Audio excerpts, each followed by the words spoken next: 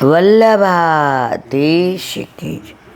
સુબોધનેજનું પાન વલ્લભ કરાવે તો થાય, અને સ્પર્શ કરવો આપણા બસની વાત નથી.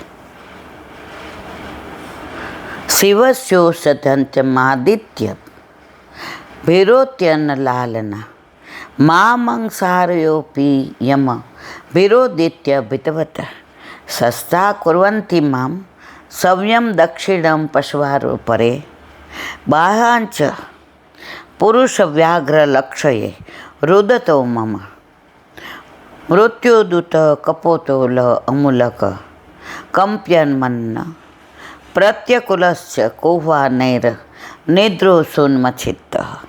અર્થ: હે અંગ, સૂર્ય સામે ઊભા રહી શિયાળવા રડે છે, એમના મુખમાંથી અગ્નિ ઝરે છે. મારી સામે દરિયા વિના ઊભા રહી કૂતરા રડે છે.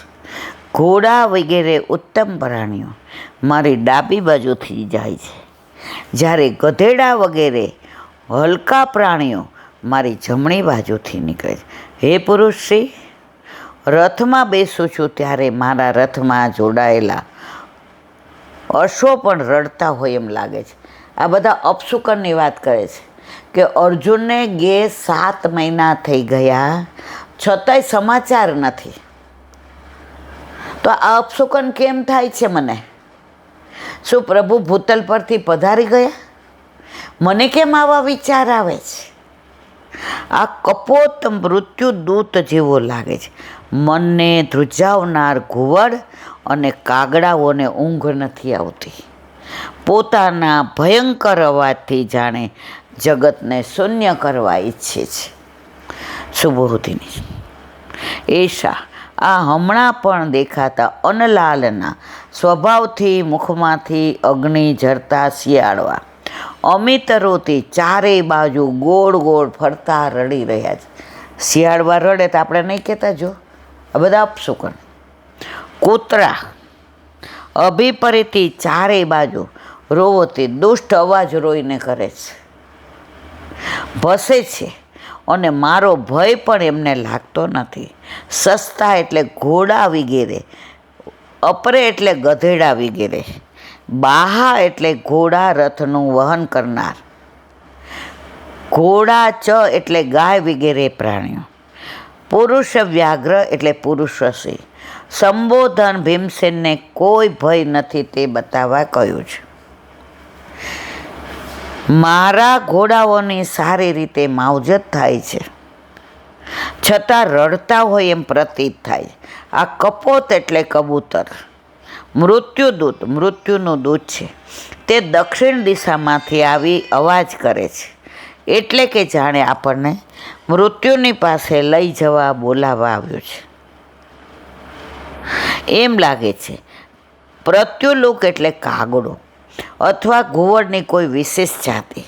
ચ અને એવા બીજા પક્ષીઓ કે જેમાં સદા જાતિ વિરોધ રહેલો છે, એટલે કે એકબીજાના હંમેશના દુશ્મન છે.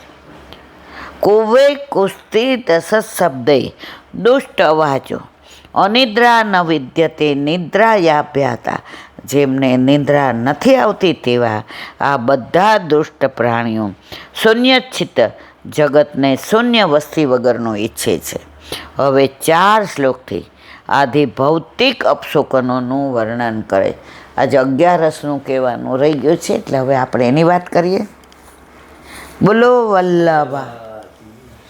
જો રોજે હોલમાં જઈએ, વલ્લભની સન્મુખ હોઈએ, એટલે પહેલાં 11ની વાત કરીએ.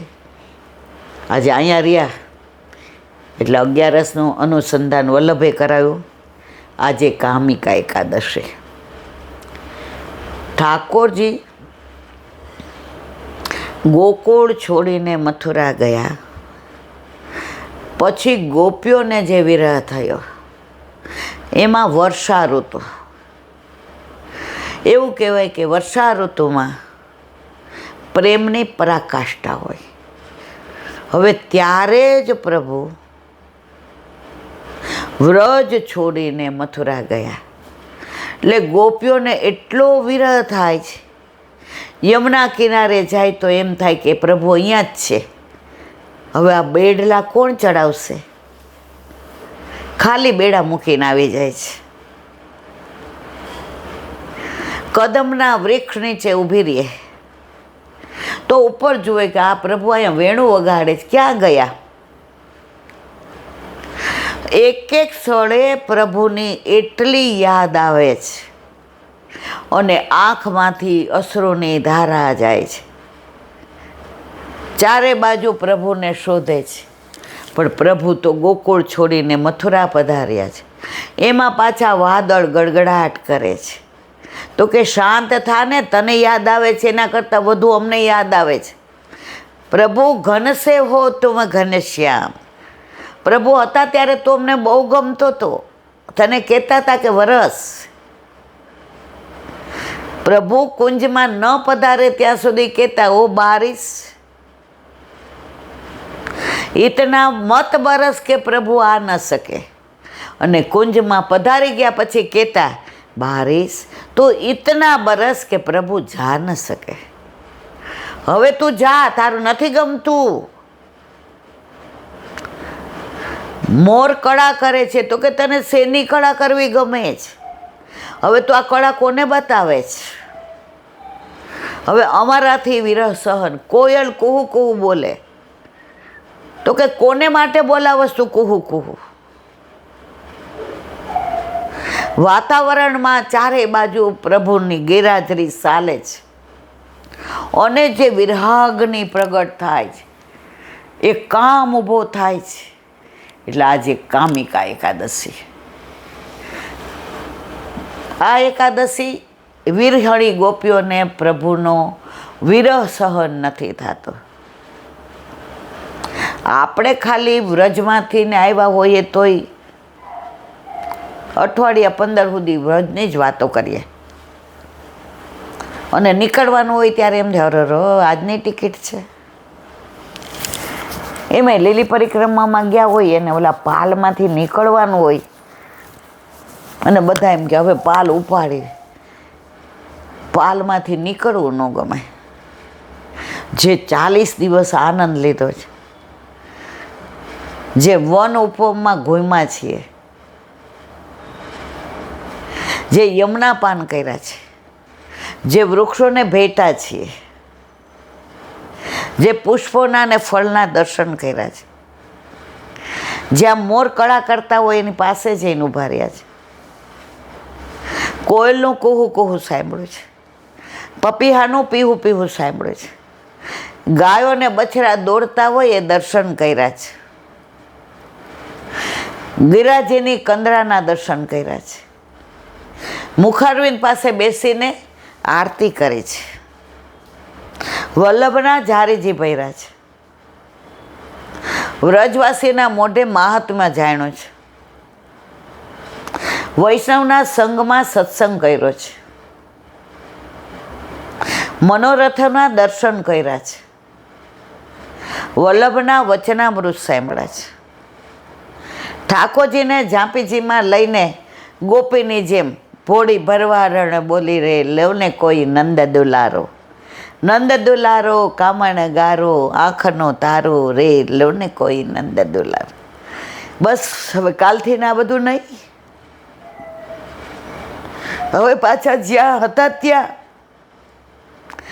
તો આપણે સંસારી છીએ અને 40 દિવસ વ્રજનો આનંદ માણ્યો, તોય પાલ છોડવો કે વ્રત છોડવું નથી ગમતું. એ ગોપિકાઓને, એ ગોપને, એ વ્રજવાસીને, એ ગાયોને, એ બછરાને છોડીને પ્રભુ મથુરા ગયા. તો ગોપીઓનો જે વિરહ છે પરાકાષ્ઠાએ, એ વિરહણી ગોપીઓ જેને કામ એટલે ઊંધા અર્થમાં કોઈએ લેવો નહીં. વ્રજ લીલામાં કામ એટલે બધી લીલાની જ વાતો છે, ક્યારેય ઊંધું ન સમજવું. એ વિરહાગ્નિ, એ કામાગ્નિ, એના ભાવથી આજે કામિકા એકાદશી. બોલો વલ્લભાત શ્રીમદ ભાગવત. મારા ગુરુદેવને દંડવત પ્રણામ. चंद्र सरोवर पे सूरदास जी के द्वार पे मेरा दंडवत प्रणाम। सुरभि कुंड पे परमानंद दास जी के द्वार पे मेरा दंडवत प्रणाम। जमुनावता पे संकर्षण कुंड पे कुंभन दास जी के द्वार पे मेरा दंडवत प्रणाम। बिरछू कुंड पे कृष्णदास जी के द्वार पे मेरा दंडवत प्रणाम। कदम खंडी पे गोविंद स्वामी के द्वार पे मेरा दंडवत प्रणाम। अप्सरा कुंड पे चित्त स्वामी के द्वार पे मेरा दंडवत प्रणाम। मानसी गंगा पे नंददास जी के द्वार पे मेरा दंडवत प्रणाम। रुद्र कुंड पे चतुर्भुज दास जी के द्वार पे मेरा दंडवत प्रणाम। વ્રજ વિલાસ વ્રજની ગોપિકાઓને મારા દંડવત પ્રણામ. હે વલ્લભ, સવારથી અત્યાર સુધી સેવા સ્મરણ સત્સંગ જે પણ તે કરાવ્યો તે તારા ચરણારવિંદમાં સમર્પણ કરું છું. ભૂલ અપરાધ થઈ હોય તો ક્ષમા કરશો. બોલો વલ્લભાધીશ કી દ્રઢ ચરણ તેરો ભરોસો દ્રઢઈન ચરણ કેરો. શ્રી વલ્લભનક ચંદ્ર છટા બિન સબ જુગ માય અંધેરો ભરોસો દ્રઢઈન ચરણ केरो. साधन और नहीं आ कली में चासो होय निवेरो. सुर का कहे द्विविध आंधरो बिना मूल को चेरो भरोसो દ્રઢઈન ચરણ દ્રઢઈન ચરણ દ્રઢઈન ચરણ કેરો. શ્રીવાધીશ કી. આજનો આ સત્સંગ મારા વલ્લભના ચરણારવિંદમાં સમર્પણ કરું છું. ભૂલ અપરાધ થઈ હોય તો ક્ષમા કરશો. આ મારા વલ્લભની વાણી અને ભૂલો એ મારી. બોલો વલ્લભાધીશ કી જય. બધાય વૈષ્ણવને 11ના જાજા કરીને જય શ્રી કૃષ્ણ.